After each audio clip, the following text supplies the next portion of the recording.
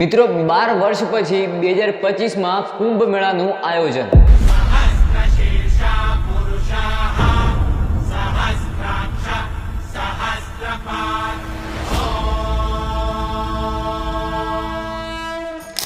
પૌરાણિક કથાઓ અનુસાર હિન્દુ ધર્મનો સૌથી પ્રાચીન, પવિત્ર અને સૌથી મોટો મેળો છે અને કુંભના મેળાનો ઇતિહાસ અમૃતના સમુદ્ર મંથનથી જોડાયેલો છે। અને કુંભનો મેળો 12 વર્ષે જ કેમ ભરાય છે અને આ મેળાને કુંભનો મેળો જ કેમ કહે છે? 13 જાન્યુઆરીથી 26 ફેબ્રુઆરી સુધી એટલે કે 44 દિવસ કુંભનો મેળો ચાલવાનો છે।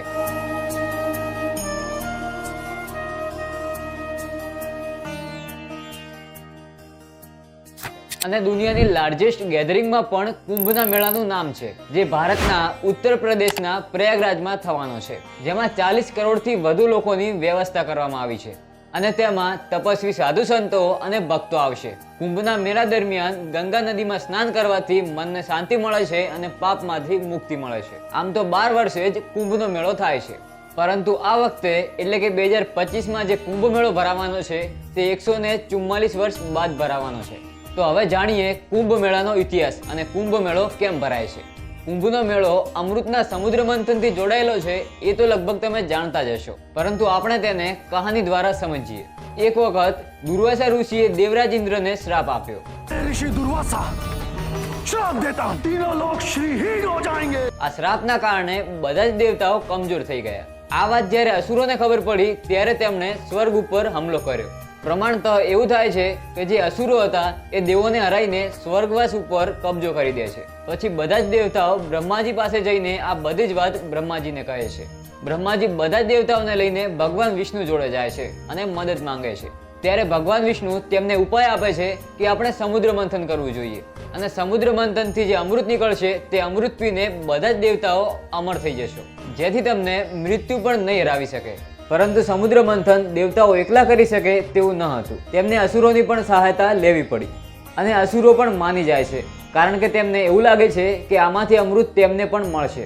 અને મંથન કર્યા બાદ જેવો જ અમૃત કુંભ એટલે કે અમૃતથી ભરેલો કળશ નીકળ્યો અને ત્યારે અસુરો વચ્ચે અને દેવતાઓ વચ્ચે લડાઈ થઈ ગઈ। આ લડાઈમાં વિષ્ણુ ભગવાને પોતાનું વાહન જે હતું એટલે કે ગરુડ દેવને અમૃતનું કળશ લઈને ઉડી જવાનું કીધું।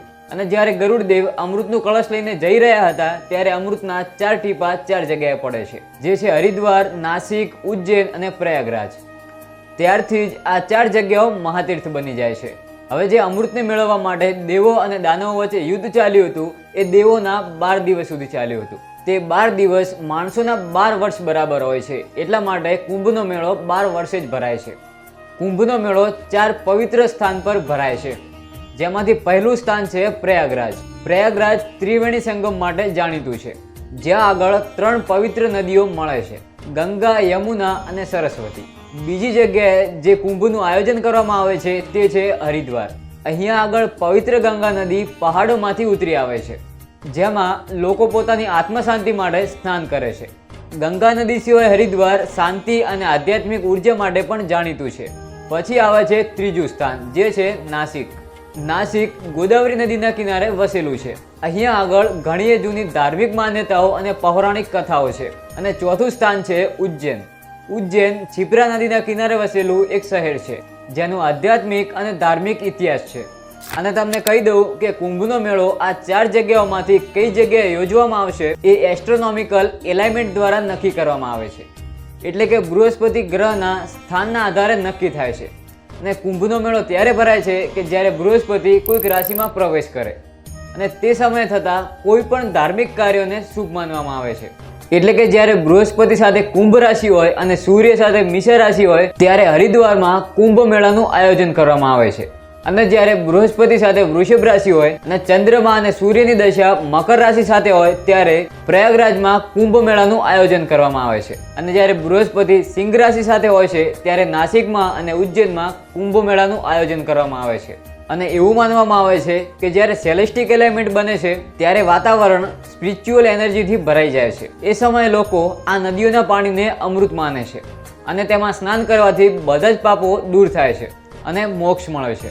અને ઘણા લોકોના મનમાં પ્રશ્ન થતો હશે કે કુંભના મેળામાં શું થતું હશે, તો તમને કહી દઉં કે કુંભના મેળામાં શાહી સ્નાન હોય છે, ગંગા આરતી હોય છે, હવન પૂજા હોય છે અને પિંડદાન હોય છે।